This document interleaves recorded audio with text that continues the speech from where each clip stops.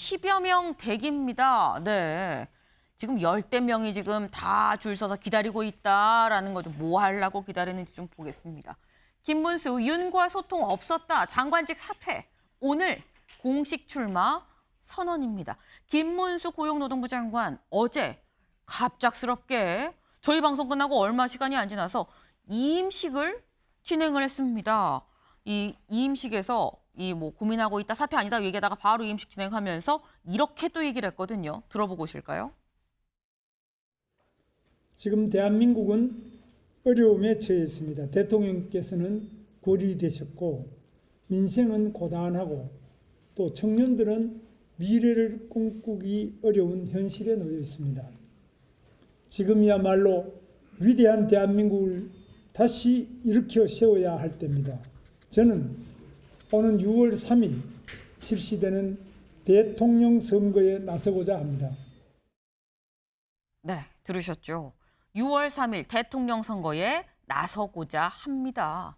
라고 얘기했습니다. 대선에 나가기 위해서 장관직을 사임합니다. 라고 지금 명확하게 얘기를 한 거죠. 사실상 대선 출마 선언이 돼버린 이임식이었었는데 그 전까지 전혀 생각해 본 적 없다라고 얘기는 했습니다만 많은 사람들이 나올 것 같은데라고 생각하긴 했어요. 근데 그럼에도 불구하고 최수영 위원님 사실 전날까지도 그 전날까지도 고민 중이에요라고 얘기를 했었는데 갑자기 이임식을 치르면서 대선 나가요라고 얘기를 하니까 오히려 예상보다도 좀 빨리 선언한 것 같다라는 생각이 듭니다. 지금 사실 국민의힘 그 예비 주자들 네. 지금 뭐 두 자릿수가 지금 거론되는 상황 아닙니까?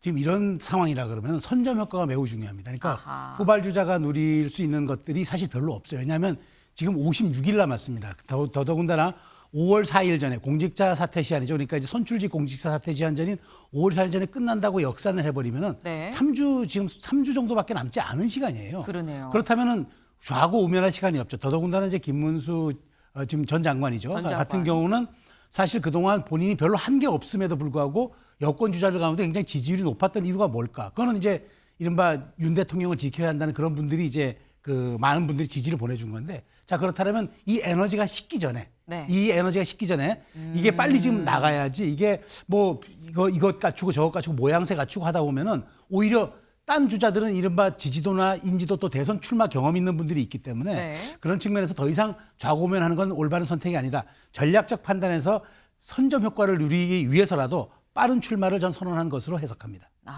그 지금 말씀은 그러니까 윤석열 전 대통령에 대한 지지자들이 대부분 김문수 전 장관을 지지하는 이 지지자이기 때문에 이 열기가 식기 전에 빨리 선언하고 선점 효과를 좀 누리는 게 맞는 거다. 좌고우면할 시간이 없다라고 말씀을 하셨어요. 어제 김문수 전 장관 그래서인지 바로 이임식과 동시에 어떻게 보면은 출마 선언을 사실상 해버린 그런 셈이 됐는데, 근데 이렇게 출마 선언을 한 김문수 전 장관한테 홍준표 시장이 이렇게 얘기를 했습니다. 같이 볼까요? 홍준표 시장은 나도 곧 이제 퇴임할 거예요라고 얘기를 하고 있죠. 곧입니다. 정말 이번 주에 이제 퇴임식을 할 예정인데 기자들이랑 이 간담회를 하면서 어제 문수형은 탈레반이에요. 나는 문수형이랑 다르죠. 타협해야 하는 순간이 있고 나는 유연성이 있습니다라고 얘기를 했습니다. 근데 이게 이 윤경호 위원님 사실 생각을 할 때 김문수 전 장관의 지지층과 홍준표 시장의 지지층이 좀 겹친다라고들 많이 얘기했었는데 나는 달라. 문수형은 탈레반이지. 문수형은 탈레반이다라는 얘기는 어떻게 해석을 해야 되는 겁니까? 뭐 경직돼 있다, 원칙주의자다, 아니면 극단이다. 뭐 아시다시피 김문수 전 장관이죠. 이제 극단 왼쪽의 끝에 있다가 오른쪽의 끝으로 간 전형적인 인물이잖아요. 그러니까 탈레반이라는 표현에는 그런 게 들어있지 않나 싶은데 모르겠습니다. 홍 시장 입장에서는 표현이 좀 어색합니다만 센 땡부터 때린다. 지금 어찌됐든 보수층의 여론조사를 해보면 김문수 전 장관이 가장 높게 나오는 걸로, 갤럽 여론조사에서는 꽤 숫자 차이가 나오는 걸로 그렇게 떴잖아요. 네. 그러면 제일 앞서가는 사람부터 공격을 하는 게 그런 점에서 홍준표 시장은 어떻게 보면 굉장히 기술적으로 포인트를 잘 잡는 거다. 예를 들어서 뭐 안철수 의원 같은 경우는 한동훈 대표를 겨냥해서 뭐라고 한마디 했더라고요. 또 검사에게 맡길 수 있느냐 뭐 이런 비슷한 거. 그러니까 이제는 이전 투구를 하겠죠. 근데 저는 이렇게 줄줄이 국민의힘 주자라고 자임하는 사람들이 출사표를 던지는 거 보면 야, 그 밤에는 낮에는 탄핵 반대를 외쳤지만 밤에는 대선 준비했구나. 윤석열 대통령에 대한 탄핵 인용을 기다리고 있었구나. 오히려 이런 비판, 비난 그런 얘기 안 들으려면요. 출사표를 던지는 딱 그 순간에 국민 여러분 죄송합니다. 제가 속해 있던 국민의힘이 판단을 잘못했던 아니면 윤석열 대통령 편에 어떻게 잘못 서서 국민 여러분께 정말 죄를 졌습니다라는 사죄 얘기를 하고 매듭을 짓고 나서 대선 출마 그리고 그 이후에 선거운동 저는 그게 맞는 게 아닌가 싶은데 그게 좀 아쉽습니다. 네. 그러니까 지금 홍준표 시장이 뭐 탈레반, 그러니까 이슬람주의 무장 극단 단체를 탈레반이라고 얘기를 하죠. 근데 이 문수영은 김문수 전 장관은 사실 좀 너무 극단이야, 무장단체 비슷해, 뭐 이런 얘기를 지금 홍준표 시장이 했는데 그게 1등 때리기 전략 아니겠느냐라고 지금 말씀을 하셨어요. 근데 그러면서 하신 말씀이 최수영 위원님, 국민의힘 주자들은 사실은 뭐 탄핵되면 안 되지, 뭐 탄핵안 뭐 기각돼야지라고 얘기를 하면서 다 준비한 거 아니에요?라고 또 말씀하셨거든요. 준비해야죠. 해서 했을 수밖에 없는 상황. 근데 이제 이런 게 있어요. 그 사실 그동안 표현하지 않았지만 뭐 지난번 광장의 열기 같은 상황을 보면서 조기 대선의 대짜를 누가 꺼낼 수 있었겠습니까? 왜냐하면 경선은 당내 경선을 통과해야 후보가 되잖아요. 경선은 지지자들의 최대 동원이 관건입니다. 그쵸. 그런데 본선은 관전자들의 최대 참여예요. 이 극명한 차이가 있습니다. 그러니까 지금은 경선이잖아요. 경선. 네. 경선이기 때문에 지지자를 일단 자극하지 않아야 되고 두 번째 그들의 이제 어떤 말하자면은 요구와 욕망을 담아내야 된단 말이에요. 근데 그게 굉장히 딜레마란 말이죠. 이게 탄핵이라는 그러니까 탄핵이 되는데 파면이라는 이제 결론이 났기 때문에 이 간극과 딜레마를 어떻게 할 것인가. 그러니까 그동안에는 일단 조기 대선의 대짜도 꺼내지 않음으로써 지지자들의 마음을 샀다 그러면 지금부터는 본선의 강을 건너야 하는 이 상황에서 어떻게 지지자들에게 최대치를 동원도 하면서 내가 가진 본선 경쟁력을 또 연결시킬 것인가.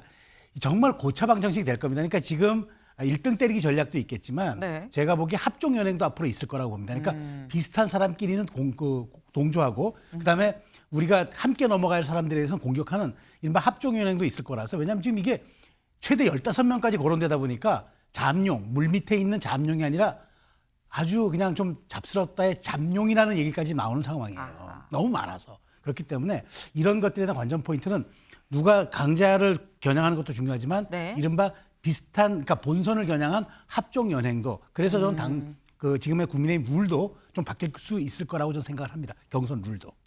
지금 굉장히 많은 걸 쫙 풀어놓으셨어요. 이 중에서 일단 몇 개만 좀 저희가 추해 보겠습니다. 일단은 굉장히 지금 많은 후보들이 나오고 있는데 아니 그러면 뭐 준비 안 했겠냐, 해야 되는 거 아니겠느냐라는 말씀을 하시면서 후보들 간에 굉장히 지금 약간 힘든 시기다. 고차방정식을 풀어야 되는 시기다. 경선은 지지자의 최대 참여, 본선은 관전자의 최대 참여. 이 두 가지가 다 이 집도끼 산도끼 다 끌고 가야 되는 그런 상황이다라고 지금 표현을 하셨는데 홍준표 시장 그러다 보니까 약간 얘기가 요런 얘기가 좀 나온 것 같다라는 말씀으로 좀 이해를 했습니다. 그런데 홍준표 시장 항상 하는 얘기가 이재명 대표가 민주당 후보로 나올 건데 이재명 대표는 홍준표가 잡지 누가 잡니라고 항상 얘기를 해왔었죠. 근데 어제 안철수 의원이 내가 잡지라고 얘기하고 나섰습니다. 직접 들어보실까요? 저 안철수만큼 민주당을 잘 아는 사람도 없습니다. 약점, 강점 모두 잘 알고 있습니다. 이재명을 넘어 승리할 수 있는 유일한 후보인 저 안철수를 선택해 주십시오. 이길 수 있는 후보, 당선 가능한 후보를 선출해 주십시오. 깨끗한 후보, 흠없이 대결할 수 있는 후보를 선출해 주십시오. 네, 안철수 의원 어제 광화문에서 직접 이 출마 선언을 했습니다. 근데 한 얘기가 이길 수 있는 후보, 깨끗한 후보, 흠없이 대결할 수 있는 후보. 사법 리스크가 있는 이재명 대표 내가 이길 수가 있는 겁니다. 나는 깨끗하니까요. 라고 지금 얘기를 하고 있는 거죠. 그런데 안철수 의원 사실 그래 안철수 의원 다 이번 대선에 나오겠지. 나오고 싶어 했고 나올 거라고 계속 얘기를 해왔었으니까 생각은 했는데 그러다 보니까 출마 선언보다 더 눈길을 잡은 게 바로 안철수 의원의 손이었습니다. 사진 좀 같이 볼까요? 안철수 의원 어제 광화문에서 저를 뽑아주십시오. 이재명 이길 사람 나밖에 없습니다. 라고 얘기를 했는데 이 손에 뭐가 있었느냐. 여기 뭐가 적혀 있어요. 그 자세히 이걸 좀 줌해서 봤더니 이효 뭐라고 막 적혀 있죠. 그래서 이게 뭐야? 라는 얘기가 한참 돌았었습니다. 왜? 윤석열 전 대통령이 후보 때 토론회 하면서 왕자 논란이 있었죠. 그러다 보니까 이번에 손에 못 쓴 거야 싶었는데 그러는 다음에 알립니다라는 안철수 후보 캠프에서 이걸 보내왔어요. 뭐라고 했느냐. 알려드립니다. 이 손에 적힌 글씨가 이효진 대변인이라고 쓴 거예요. 아까 이효 뭐 같은데라고 말씀을 드렸죠. 이효진 대변인이라고 쓴 겁니다. 대변인 소개를 위해서 잠시 적어둔 겁니다. 라고 얘기를 했다라는 거죠. 이 적혀 있었던 게 뭐냐. 이효진, 원광대 뭐 이거 지금 적어놓은 거다라는 얘기를 이 대변인의 이름과 어떤 이 경력, 학력 부분을 좀 같이 해서 이 적어놓은 거다라고 얘기를 한 거죠. 원광대 교수로 있죠. 지금 이효진 대변인. 그러다 보니까 요걸 얘기하려고 적어둔 거다라고 했는데 최수영 의원님. 네. 사실 어제 이 사진 처음에 딱 뜨고 알림 이 공지가 오기 전까지는 이건 또 뭐지? 라는 얘기가 기자들 사이에서 한번 돌았었거든요. 네. 그러니까 안철수 의원은 의도하지 않던 마케팅 성공이 된 것 같아요. 마케팅 그러니까 성공이다. 실제 지금 뭐 안철수 의원 같은 경우에 출마할 거라고 예측이 다 됐었고 또 네. 가장 빠르게 얘기할 거라는 거 있었는데 의외로 안철수 의원이 어제 메시지는 묻히고 손가락만 남았어요. 그러니까 이제 안철수 의원은 세대 교체를 하고 시대 교체하고 내가 흠결 없는 후보, 그다음에 이제 여러 가지 이재명을 이길 수 있는 내가 유일한 적합한 후보 이런 얘기 또 대선을 4번씩이나 나왔던 경륜인 후보 등등 얘기했는데 네. 이게 귀에 들어오지 않고 오직 손에 뭐가 있었는데 그게 무슨 내용이었느냐. 의도하지 않았던 마케팅인데 이게 뭐냐면 그동안 그 윤석열 전 대통령의 손바닥의 왕자 논란이 사실상 또 한 번의 이제 트라우마 같이 소환됐던 저는 기억이라고 봅니다. 그러니까 혹시라도 이런 것들이 또 우리 이번 대선에 나타나는 게 아닌 거라는 그런 이제 우려와 관심이 안철수 의원의 저 손가락 사진으로 나타난 것 같은데 근데 저는 말 그대로 이걸 좀 봤으면 좋겠어요. 그러니까 우리가 달을 볼 때 달을 봐야지 손가락을 달을 가리키는 손가락을 보지 말라고 얘기하는 것처럼 이번에 15명 나오는 15명 가량 지금 예비후보로 등록할 것으로 예상되는 네. 이번 국민의힘 선거는 중요한 건 그거예요. 누가 더 이제 이 계엄의 바다, 중도의 바다를 건너서 다시 국민들에게 국민의힘의 정체성을 보여줄 후보가 누가 내가 적임자라. 그걸 보여주고 그걸 내색하지 않으면은 지금 나오는 이야기들은 아무 의미가 없다. 그런 측면에서 안철수 의원의 어제 해프닝이었지만 저게 어찌 보면은 우리 정치가 갖고 있는 하나의 어떤 그런 희화적 요소를 그냥 또 드러낸 사안이 아닌가 좀 그렇게 생각합니다. 네, 말씀 중에 살짝 얘기가 나왔죠. 안철수 의원 이번이 4번째 대선 도전입니다. 처음에 무소속으로 나왔었어요. 근데 그때 중도 사퇴하고 이 문재인 당시 후보를 좀 도왔었다라는 거. 그리고 두 번째 당을 만들어서 국민의당 후보로 출마를 했었지만 그때 낙선을 했고 이후에 국민의당 후보로 출마를 했지만 윤석열 당시 후보랑 단일화를 했었죠. 그리고 이번에 출마를 선언을 했다. 이번이 4번째다라는 거죠. 네, 이 지금 최수영 의원님 말씀. 이 달을 봐야지 이 달을 가리키는 손가락을 보면 안 된다라는 말씀하셨는데 또 본의 아니게 이 안철수 의원 이 손가락에 적힌 이 대변인의 이 이름 글씨 때문에 또 마케팅 효과가 된 것도 같다라는 말씀도 같이 있었습니다. 근데 안철수 의원이 하고 싶은 얘기는 사실 이거였어요. 이 이재명을 이길 수 있는 사람은 깨끗한 나밖에 없습니다라는 얘기였었는데 아니 이재명 대표를 잡으려면 본선 경쟁력이 제일 센 건 나지라고 얘기하는 사람이 또 있죠. 누구냐? 기사 같이 볼까요?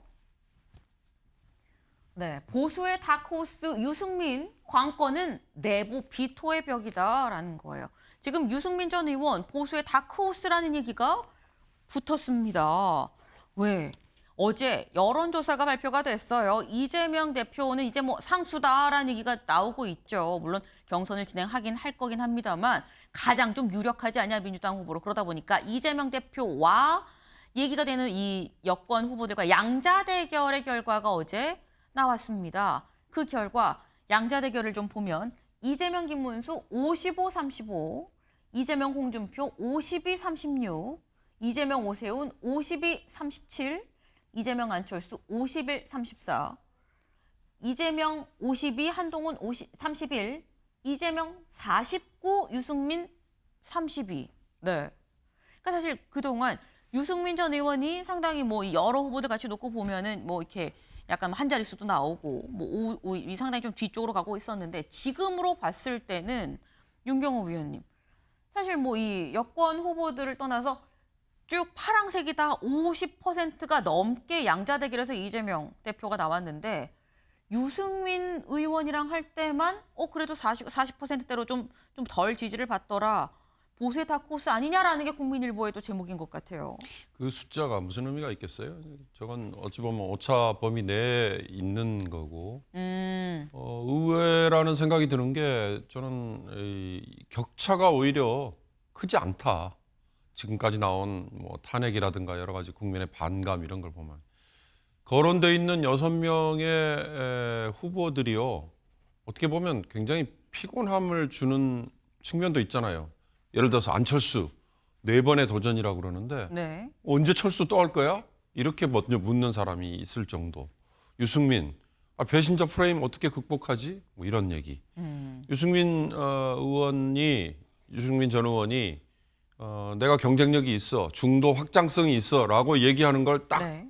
상징하는 게 있어요. 경선 룰 바꾸자 이 얘기부터 했잖아요. 지금 당원 투표 50%, 일반 여론조사 50% 이게 이전에 했던 룰이고 네, 5대5. 이번에도 불가피하게 그렇게 갈 거야. 시간이 없으니까 이렇게 얘기하잖아요. 근데 유승민 의원 뭐라고 얘기합니까? 100% 여론조사로 한번 해보자. 바깥에서 아까 우리 최수영 의원이 관전자라는 표현을 했는데 그들에게는 나는 득표력이 있어. 내부의 열성 지지자들은 박근혜 전 대통령을 배신한 사람 뭐 이런 얘기를 한다면서요. 근데 그런 것들을 극복하지 못하면 과연 국민의힘이 중도 확장성이라는 거 성공할 수 있겠느냐.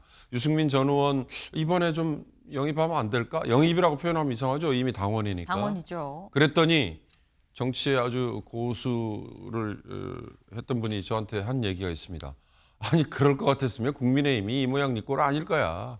이미 이전에 유승민 같은 카드를 써먹었을 거야. 이번에는 써먹을 가능성이 아주 낮다. 이런 역설적인 얘기인 거죠.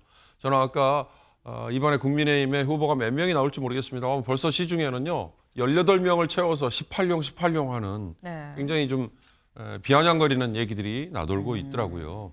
이게 흥행이 우선 될지 여부도 물론이지만 이 18명 중에 과연 얼마나 누군가가 정말 흔히 말하는 시대정신이라는 걸로 국민에게 유권자에게 어필을 할지 아니면 보수층이요 뭐 태극기 부대요 똘똘 뭉쳐주세요 이걸로만 할지 전 그 점을 앞으로 잘 봐야 되지 않을까 싶습니다. 네. 그러니까 지금 말씀은 유승민 전 의원 카드를 만약에 쓸 거였었으면 진즉에 썼지 지금까지 안 썼는데 되겠어 때문에 유승민 전 의원이 오픈 프라이머리 완전 국민 경선으로 해갖고 후보 뽑읍시다라고 얘기하지만 글쎄 나는 가능성이 없다고 보네라고 말씀을 하셨는데 최수영 의원님 아까 경선론 얘기도 사실 살짝 하셨거든요. 네. 그 이번 경선룰은 말 그대로 이제 그 지난 컷오프 경선률은 어떻게 네. 되냐면 이제 당심 70에 여론 30입니다. 근데 그 컷오프에서 4인으로 가서 결선 투표를 4인 결선하잖아요. 네. 그때는 5대 5입니다. 그때는 5대 5인데 지금 이게 바뀔 가능성도 저는 없지 않은 사실 많은 분들이 바뀔 수가 없다고 보는 게 이게 각자의 이해관계가 틀리고 셈법이 다른데 이걸 바꾸는 순간 큰 혼란이 있을 거나 안 바꿀 거라고 보는데 네. 저는 마지막 하나 4인 결선이 아니라 양자 경선으로 갈 가능성이 있다고 봐요. 왜냐하면 그렇게 극대화를 지금 국민의힘 입장에서는 관심 극대화, 흥행 경선의 최대치를 이루지 않으면 승산이 없어요. 국민 관심을 최대한 어떻게든 끌어들여야 돼요. 왜냐하면 지금 하나 승부를 볼 수 있는 게 과거에 우리가 삼김 시절 있잖아요. 삼김 시절에 나의 정치적인 편향성을 뭘로 드러냈느냐. 난 누구를 좋아해요. 근데 지금은 그때는 이념적 말하자면 비토인데 지금은 정서적 비토예요. 나는 누구를 지금 싫어해요가 나의 정치 정체성을 드러냅니다. 아하. 시대가 바뀌었어요. 네. 그런 측면에서 이재명 대표에게 많은 것들이 주어지고 있는 그러니까 공격 포인트들이 되고 있지만 이재명 대표의 비호감이야말로 국민의힘에서 공략해야 될 포인트란 말이에요. 그러면은 자 여기서 어떻게 출발해야 되느냐? 그러면 간단하죠. 그러면은 관심을 극대화시키고 마지막 사자가 아니라 양자 경선을 통해서 네. 이재명을 이길 수 있는 후보, 이재명의 대안이 될 수 있는 후보. 이걸 보여주는 게 가장 급선무이기 때문에 제가 그래서 경선 룰이 그 몇 대 몇도 바뀔 수 있는 가능성도 있지만 나중에 최종 파이널로 가는 방법도 바뀔 수가 있다고 보는 거고 여기서 가장 중요한 건 지금 정서적 비토가 있기 때문에 네. 국민의힘에서는 기존의 룰에 지금 너무 얽매일 필요는 없어요. 그런 측면에서 조금 더 정말 상상력의 극대화를 이루는 쪽으로 지금 선거 관리가 좀 이루어져야 될 타이밍이라고 저는 봅니다. 네. 그러니까 지금 말씀은 전혀 가능성을 배제할 수 없다. 왜냐하면 지금 상황에서 뭐든지 좀 해봐야 될 시기 아니냐 때문에 1차 경선, 이게 그러니까 컷오프라고 얘기를 하죠. 1차, 2차 지금 이 후보가 많으면 많을수록 컷오프를 통해서 이 걸러내야 되는 횟수 늘어나면 늘어났지 줄어들진 않을 겁니다. 그 과정에서 이 경선 룰도 살짝 좀 조정 가능성도 있지 않겠냐라는 말씀을 하셨어요. 네. 그러니까 지금 저희가 뭐 유승민 전 의원 얘기를 하면서 뭐 보세 다크호스 뭐 이런 얘기를 지금 말씀도 드리기도 했었는데 근데 지금 뭐 유승민, 홍준표 말고 또 주목받는 사람이죠. 누구? 오세훈 서울시장입니다. 홍준표 시장은 벌써 나 나갈 거예요라고 얘기를 했는데 오세훈 시장 볼까요? 숨 고르던 오세훈 등판 임박했다라는 얘기가 지금 나오고 있습니다. 유승민, 홍준표 돌풍자신. 오세훈 시장도 곧 등판할 것 같다. 기자들이 요즘 오세훈 시장만 보면 맨날 물어봐요. 언제 나와요? 언제 나옵니까? 선언 언제 하세요? 오세훈 시장 얘기 들어보고 올까요? 그렇게 오래 걸릴 것 같지는 않습니다. 근데 지금 날짜를 특정하기에는 아직은 좀 이른 것 같고요. 조금 더 준비할 게 좀 남아 있습니다. 네, 그렇게 뭐 오래 걸리진 않을 거예요 라고 지금 얘기를 하고 있어요. 네, 날짜는 못 정했지만 곧입니다. 이 얘기즉슨 나오는 건 확실한데 이번 주 언제 목요일이 될지 금요일이 될지 혹은 주말이 될지 그건 잘 모르겠네요. 요 정도 취지로 지금 볼 수 있겠죠. 왜? 이미 캠프 사무실을 계약을 마쳤습니다. 어디에? 지금 국민의힘 당사 바로 맞은편에 있는 맨하탄 21 빌딩에 여기도 대선 때 되면 많은 캠프가 좀 들어오는 곳이죠. 여기에 오세훈 시장이 계약을 완료했다라는 소식이 지금 들어와 있어요. 근데 이 건물에 아까 저희 얘기한 이번이 4번째 도전인 안철수 의원도 있다. 지금 벌써 캠프를 꾸렸다라는 거죠. 그럼 요 맨하탄 21 말고 사실 요새 살짝 대각선으로 여기에 대합 빌딩이 있습니다. 네, 대합 빌딩. 국민의힘 입장에서는 이명박, 박근혜 두 전 대통령이 다 여기에서 당선이 됐죠. 여기에 또 줄줄이 층층마다 4층엔 홍준표 시장, 6층엔 유정복 시장, 9층엔 한동훈 전 대표가 다 지금 이미 자리를 잡고 있다라는 겁니다. 네. 지금 굉장히 많은 사람들이 지금 몰려 있다라는 건데 이 관련해서 그래서 아까 얘기가 나왔죠. 뭐 합종연행일 수도 있다. 합종연행이 될 수밖에 없지 않겠느냐라는 말씀을 지금 하셨어요. 네. 지금 이 시각 잠깐 인천공항으로 좀 가볼까요? 인천공항에 어떤 일이 있느냐. 김동연 지사가 오늘 미국으로 좀 출국을 합니다. 그런데 이 자리에서 요 얘기를 할 것 같다라는 거예요. 무슨 얘기할지 잠깐 들어보고 오시죠. 미국행 항공기는 합성액에 대한 보안 인터뷰, 미국행 여객에 대한 보안 인터뷰는 이제 예정입니다. 여객 여러분께서는 저 방송 끝나야 되나요? 끝나고? 백팩을 준수해 주시기 바랍니다. 네. May I have your attention please? As security levels for all passengers bound for the United States have been held. 네, 지금 김동연 지사 가만히 앉아서 뭐 하고 있는 거야 싶으실 수 있는데 오늘 미국 가는 일정이 있는데 나가면서 공항에서 나 대선 도전합니다라고 출마 선언을 할 예정입니다. 국민 여러분, 네, 들어보시죠. 저는 제21대 대통령 선거에 출마합니다. 이대로는 안 된다는 절박감으로 출마합니다. 이대로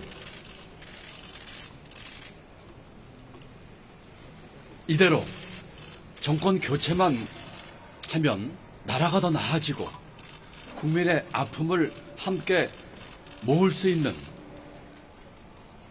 그런 계기가 정말 되겠습니까?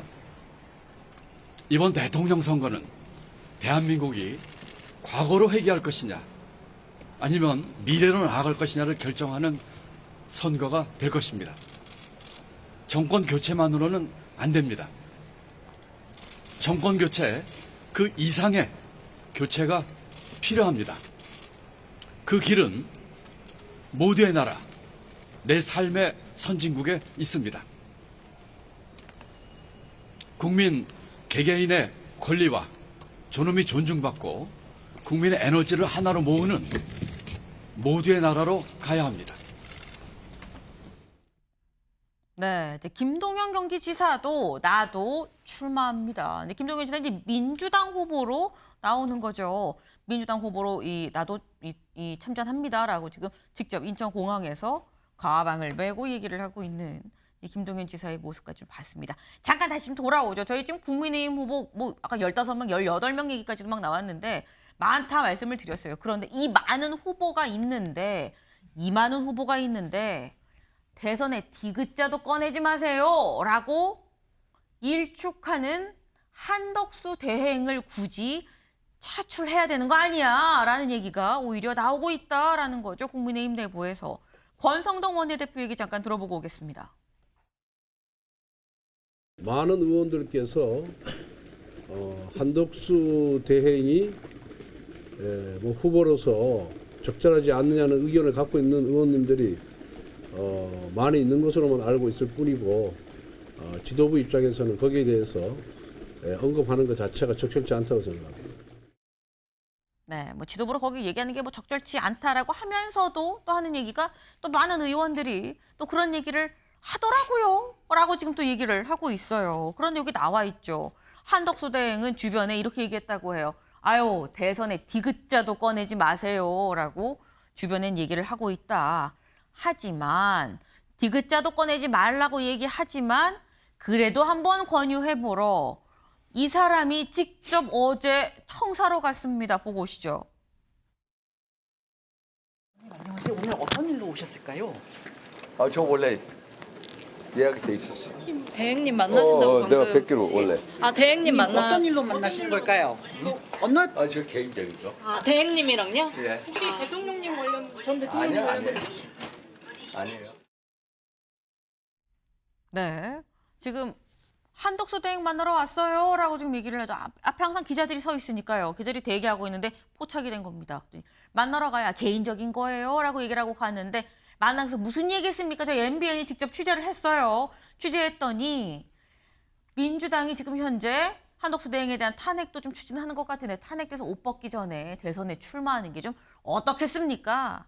대선 나오시죠? 라고 얘기를 하러 갔었다라는 겁니다. 근데 여기에 대해서 한 대행이 출마에 대해서 전혀 생각해 본 적 없습니다. 라고 딱 선을 그었다라는 거예요.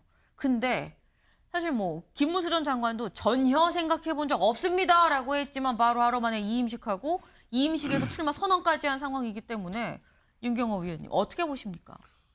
대통령 권한대행이라는 건 어떻게 보면 대선에 심판 역할을 해라, 관리자 역할을 해라 라고 위임했던 거잖아요. 누가? 헌법이. 그리고 국민이.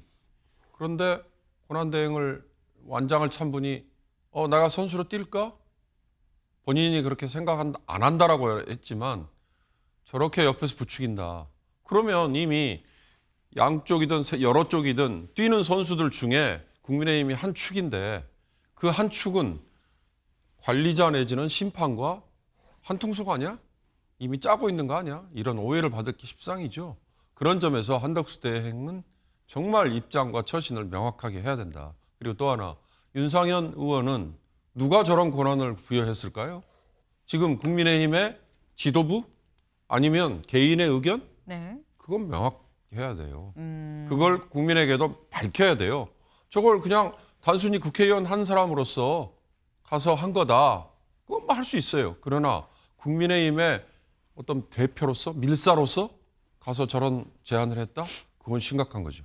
네. 그걸 분명히 저는 규명을 해야 된다고 봅니다. 네. 일단 본 당사자가 아니라고 하고 있지만 주변에서도 자꾸 부추기면 안 되는 거 아니냐. 심판이 선수로 뛰면 맞냐라는 말씀을 하셨어요. 그러니까 저는 대선의 법칙이 하나 있어요. 뭐냐면 대선에서 승리하기 위해서는 나의 정체성, 나의 정치 정체성과 지지 기반에 더해서 얼마나 확장성이 더 있냐의 게임. 이게 법칙입니다. 그런데 이거는 그 법칙에 해당할까요? 과거 반기문 유엔 총장을 영입하려다 실패했던 것, 그 이후에 이제 윤석열 대통령을 또 검찰총장에서 영입해서 대통령을 만들었던 것, 네. 이른바 명과 암이 있습니다. 그렇지만 결과는 어떤 형태로든 국민의힘에 지금 미래지향적 가치를 담보해 주지 못했다라는 건 분명한 사실입니다. 그렇다면 어디서부터 출발해야 되는지 답은 명확합니다. 저는 그런 점에서 한덕수 총리에 대한 차출설은 오히려 국민의힘이 그동안 여당이었다는 지위를 흔드는 것이기 때문에 저는 그건 별로 좋은 카드가 아니라고 생각합니다. 네. 한덕수 대행 글쎄 좋은 카드 같진 않다라고 또 말씀을 하셨어요. 네. 저희가 국민의힘 얘기를 쭉 말씀드렸습니다. 오늘 이재명 대표는 오늘 당대표직을 또 사퇴를 할 예정입니다. 이재명 대표 오늘 당대표직 사퇴하고 내일 바로 이제 이 온라인 출정식을 할 예정이라고 하는데 이 소식도 저희가 내일 같이 좀 전해드릴 수 있도록 하겠습니다. 저희가 준비한 소식 오늘 여기까지입니다. 오늘도 좋은 하루 보내세요.